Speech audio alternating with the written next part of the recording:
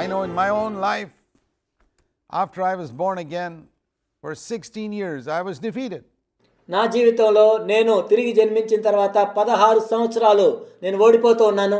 After I was born again and baptized in water, baptized in the Holy Spirit, I was defeated by sin. నేను తిరిగి జన్మించిన తర్వాత నీటిలో బాప్తిజం తీసుకున్న తర్వాత పరిశుద్ధాత్మలో బాప్తిజం పొందిన తర్వాత Just like a lot of other Christians. అనేక మంది ఇతర క్రైస్తవుల వలె No different. ఏ వ్యత్యాసము లేదు. And yet I saw in the Word of God అయినా కానీ దేవుని యొక్క వాక్యంలో నేను చూశాను that if I came under grace, Romans 6 verse 14, sin would not have power over me. రోమీయులకు రాసిన పత్రిక 6వ అధ్యాయం 14వ వచనంలో నేను కృప క్రిందకు వచ్చినట్లయితే పాపము నా మీద ప్రభుత్వం చేయదు. How did sin have power over me then? మరి నా మీద పాపము ఎలా ప్రభుత్వం చేస్తుంది? Because I did not understand what it is to come under God's grace. ఎందుకంటే దేవుని యొక్క కృప కింద రావటం అంటే ఏంటో నాకు అర్థం కాలేదు కాబట్టి. I knew God's grace in terms of forgiveness of sins. పాపములను క్షమించే విషయంలో దేవుని యొక్క కృప అంటే ఏంటో నాకు అర్థమైంది. But I never knew the experience of a further level of grace where sin would not have dominion over me. Romans 6 verse 14. రోమా 6:14లో చెప్పబడినట్లుగా పాపము నా మీద ప్రభుత్వం చేయదు అనే కృప గురించి నాకు తెలియదు. Always my excuse was, but I'm human. ఎల్లప్పుడు నేను చెప్పే సాకు ఏంటంటే నేను కేవలం మానవుడిని కదా. But the day I saw that Jesus was like me, he came in the flesh. కానీ నేను ఎప్పుడైతే యేసుక్రీస్తు ప్రభువు కూడా నా వంటి వాడే, నా వలే వచ్చాడు, ఈ శరీర ఆకారంలోనే వచ్చాడు, Like me. నా వలే, He was tempted like me. నా వలే శోధించబడ్డాడు. The day I saw that, two things happened నేను ఎప్పుడైతే దీన్ని చూశానో నా జీవితంలో 2 విషయాలు జరిగాయి. in my life. One, I had no more excuse for my sins. ఒకటేంటంటే నా పాపానికి ఎటువంటి సాకు లేదు. Till then my excuses are, but Jesus was God. అప్పటి వరకు నేను చెప్పే సాకు ఏంటంటే యేసుక్రీస్తు ప్రభు దేవుడు కదా. Now I couldn't say that. ఇప్పుడు నేను చెప్పలేను ఆ మాటను. Because though he was God, he didn't use the resources of God.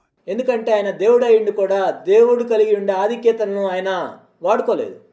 That's what I saw when it says in Philippians 2:5 Philippi 2:5 ప్రకారం నేను దీన్ని చూశాను. that he emptied himself. ఆయన తను తాను రిక్తునిగా చేసుకున్నాడు. What did he empty himself of when he came to this earth? ఈ భూమి మీదకి వచ్చినప్పుడు ఆయన దేని గురించి తను తాను రిక్తునిగా చేసుకున్నాడు? He did not empty himself of his deity. ఆయన ఈ భూమి మీదకి వచ్చినప్పుడు ఏ విషయంలో తను తాను రిక్తునిగా చేసుకున్నాడు? Because he was God Almighty. God cannot ever cease being God. ఎందుకంటే ఆయన సర్వశక్తుడైన దేవుడు అయి ఉన్నాడు. దేవుడు ఎప్పటికీ దేవుడుగా కాకుండా ఉండలేడు. He accepted worship. He forgave people's sins. ఆయన ఆరాధనని స్వీకరించాడు, మనుషుల యొక్క పాపములను క్షమించాడు. But he did empty himself of the resources of deity. కానీ దేవునికి ఉండే ఆధిక్యతల విషయంలో ఆయన తను తాను రిక్తునిగా చేసుకున్నాడు. For example, God knows everything. కానీ దేవునికి ఉండే ఆధిక్యతల విషయంలో ఆయన తను తాను రిక్తునిగా చేసుకున్నాడు. But Jesus, when he lived on earth, refused to use that power. కానీ యేసుక్రీస్తు ప్రభువారు ఈ భూమి మీద జీవిస్తున్నప్పుడు ఆ శక్తిని వాడుకోవటానికి ఆయన తిరస్కరించాడు. He could have used it, but he didn't use it. He emptied himself. కానీ యేసుక్రీస్తు ప్రభువారు ఈ భూమి మీద జీవిస్తున్నప్పుడు ఆ శక్తిని వాడుకోవటానికి ఆయన తిరస్కరించాడు. That's why he did not know whether there was fruit on a fig tree. ఇతర మనుషుల వలె ఆ వృక్షం దగ్గరికి రావాలి ఆయన కూడా. He had to come near it, just like other human beings have to come near a tree to find out if there's fruit. అక్కడ ఫలాలు ఉన్నాయా లేవా చూడాలి. He did not know the date of his own second coming to the earth. ఈ భూమి మీదకి ఆయన రెండవ రాకడ ఎప్పుడు ఉంటుందో ఆ తేదీ ఆయనకు తెలియదు. He says that. ఆయనే చెప్పాడు ఆ మాటలు. In the Gospel of Mark, the Son of Man does not know. Only the Father knows the date. Mark సువార్తలో ఆయన ఈ విధంగా చెప్పాడు, మనిషి కుమారునికి ఆ తేదీ తెలియదు, కేవలం తండ్రికి మాత్రమే తెలుసు. Why was that? ఎందుకు ఆ విధంగా ఉంది? Because he had limited himself. Now he knows the date because he's back up in heaven.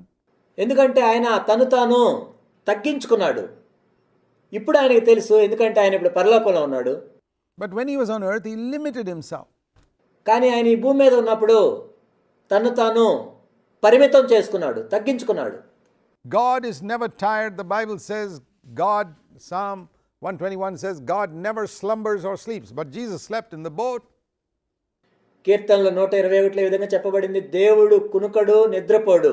కానీ మనం యేసుక్రీస్తు ప్రభువుని చూసినట్లయితే ఆ పడవలో ఆయన నిద్రపోతూ ఉన్నాడు.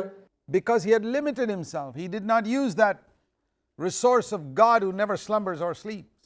ఎందుకంటే తను తాను పరిమితం చేసుకున్నాడు. దేవుడు ఏదైతే ఆధిక్యతను కలిగి ఉంటాడో, ఆయన కునుకడు నిద్రపోడు అనే దాన్ని ఆయన పరిమితం చేసుకున్నాడు. If he had not limited himself, he could not be our example because we have so many limitations. ఆ విధంగా ఆయన పరిమితం చేసుకోకుండా ఉన్నట్లయితే మనకు మాదిరిగా ఉండలేడు. ఎందుకంటే మనకెన్నో పరిమితులు ఉంటాయి. Secondly, if he had used resources that I have no access to, again he could not be my example. రెండవది ఏంటంటే, నాకు అందుబాటులో లేని వనరులను ఆయన వాడుకున్నట్లయితే అప్పుడు కూడా ఆయన నాకు మాదిరిగా ఉండలేడు.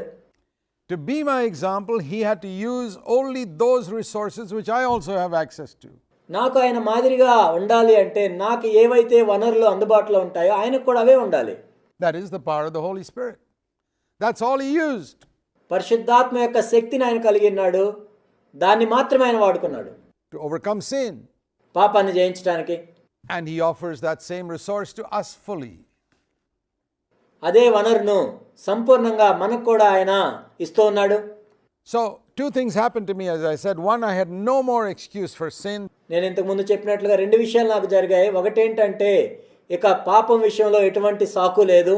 Because I could not say, oh, I'm human, so I have to sin. ఎందుకంటే నేను మానవుడిని కాబట్టి పాపం చేయాలి అని చెప్పడానికి లేదు. Here was one human who did not sin.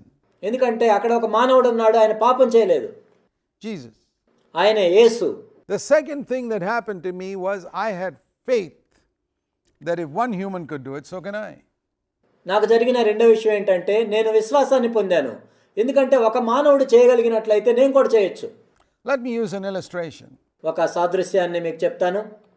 Supposing there was some island somewhere in this earth ఈ భూమి మీద ఎక్కడో ఒక ద్వీపకల్పం ఉంది, where the people who lived there had been cut off from the rest of civilization ఈ ప్రపంచంలో ఉన్న నాగరికతకు దూరంగా వాళ్ళు ఎక్కడ ఉన్నారు. from the beginning of time, let's say. ఆది నుండి వాళ్ళు ఈ విధంగా ఉన్నారని అనుకుందాం. From the beginning of the human race. మానవ జాతి ప్రారంభమైనప్పటి నుండి కొంతమంది అక్కడ ఉన్నారని మనం అనుకుందాం. Or whenever people went to that island. లేక మానవులు ఎప్పుడైతే ఆ ద్వీపకల్పంలోనికి వెళ్ళారో అప్పటి నుంచి ఉన్నారనుకుందాం. And let's say in that middle of that island there's a river. ఆ ద్వీపకల్పం మధ్యలో ఒక నది ఉంది అనుకుందాం. But nobody ever has learned to swim on that island. ఆ ద్వీపకల్పంలో ఉన్న ఎవరూ కూడా ఈత కొట్టడం నేర్చుకోలేదు. And generation after generation after generation, nobody has learned to swim, and everybody feels if you get into the water, you'll drown. అనేక తరాలు వస్తూ ఉన్నాయి. ఏ ఒక్కరూ కూడా వాళ్ళు ఈత నేర్చుకోలేదు. వాళ్ళ విశ్వాసం ఏంటంటే ఆ నీళ్ళలో మునిగిన వాళ్ళు మునిగి చచ్చిపోతారు. Because man's body is heavier than water. ఎందుకంటే మానవుని యొక్క శరీరం అనేది నీటి కంటే బరువైంది కాబట్టి. You get into the water, you'll sink. నువ్వు ఎప్పుడైతే నీటిలో పడతావో నువ్వు మునిగిపోతావు. And they have seen people sink and they say, yeah, you can't float on this water. It's impossible. మనుషులు మునిగిపోవటం చనిపోవటం కూడా వాళ్ళు చూశారు కాబట్టి ఈ నీటి మీద పైకి తేలటం అనేది అసాధ్యం. So generation after generation, nobody gets into the water because you drown. అనేక తరాల నుండి కూడా ఎవరు ఆ నీటిలోకి దిగట్లేదు. ఎందుకంటే ఆ నీటిలోకి దిగితే మునిగి చనిపోతారని. Okay. Let's say that one man now comes from the civilized world. సరే, ఇప్పుడు ఒక మనుషుడు నాగరికత గల ప్రదేశం నుండి అక్కడికి వచ్చాడు. And tells them, hey, you got a river here, why don't you swim? They say, no, that's impossible. మీకు ఇక్కడ నది ఉంది కదా, ఎందుకు మీరు ఈత కొట్టరు అని ఆయన అంటాడు. అప్పుడు వాళ్ళు ఏమంటారంటే అది అసాధ్యం. No man can float on the water. Your body is heavier than water. నీటి మీద ఎవరు కూడా పైకి తేలరు. ఎందుకంటే నీ శరీరం అనేది ఆ నీటి కంటే ఎక్కువ బరువుగా ఉంటుంది. He says, no, but if you make a little effort, you can swim. లేదు, మీరు కొంచెం కష్టపడినట్లయితే మీరు ఈత కొట్టొచ్చు. And they say, let's see. And he jumps in and swims across to the other side. And they are absolutely amazed. సరే చూద్దామని వాళ్ళు అనుకున్నారు. ఈ వ్యక్తి ఏమో దిగి ఈత కొట్టుకుంటూ అవతల వైపు వెళ్ళాడు. వాళ్ళైతే ఎంత ఆశ్చర్యంతో చూస్తున్నారు. They think perhaps his body is of a different type than theirs. వాళ్ళు ఏమనుకున్నారంటే ఆయన యొక్క శరీర తత్వం అనేది మనకంటే ఎంతో వేరుగా ఉందేమో అనుకున్నారు. And they examine him and they find, no, it's not. It's exactly the same. వాళ్ళు ఆయన యొక్క శరీరాన్ని పరీక్షించారు. లేదు లేదే, మన శరీరం ఆయన శరీరం ఒకే విధంగా ఉన్నాయి అని అనుకున్నారు. What happens then? మరి ఏం జరిగింది? They get faith వాళ్ళకు కూడా విశ్వాసం కలిగింది. that they can also overcome gravity and swim. వాళ్ళు కూడా గురుత్వాకర్షణ శక్తిని అధిగమించి ఈత కొట్టొచ్చు అని అనుకున్నారు. Because they saw one man do it. ఎందుకంటే ఒక మనుషుడు చేయటం వాళ్ళు చూశారు. Well, that's what happened to me నాకు కూడా అదే జరిగింది. when I saw that Jesus was tempted like me and did not sin. యేసుక్రీస్తు ప్రభు కూడా నా వలె శోధించబడ్డాడు, కానీ ఆయన పాపం చేయలేదు. That the law of sin, temptation pulled him down, but he did not yield. He overcame. పాపము యొక్క నియమము మరియు శోధన యొక్క నియమము ఆయన క్రిందకు లాగివేసినా ఆయన దానికి లోబడలేదు, కానీ జయించాడు. And when I saw this one man swim, as it were, ఈ ఒక్క మనుష్యుడు ఈత కొట్టినట్లుగా నేను చూసినప్పుడు without sinking, మునిగిపోకుండా it gave me faith నాకు విశ్వాసం లభించింది. that I can also overcome them. నేను కూడా అక్కడ జయించగలను. And that's the faith the devil doesn't want you to have, because you'll be an overcomer. అటువంటి విశ్వాసం నువ్వు కలిగి ఉండాలని అపవాది అనుకోడు. ఎందుకంటే నీవు అటువంటి విశ్వాసాన్ని కలిగి ఉన్నట్లయితే నువ్వు జయించేవాడిగా ఉంటావు కాబట్టి.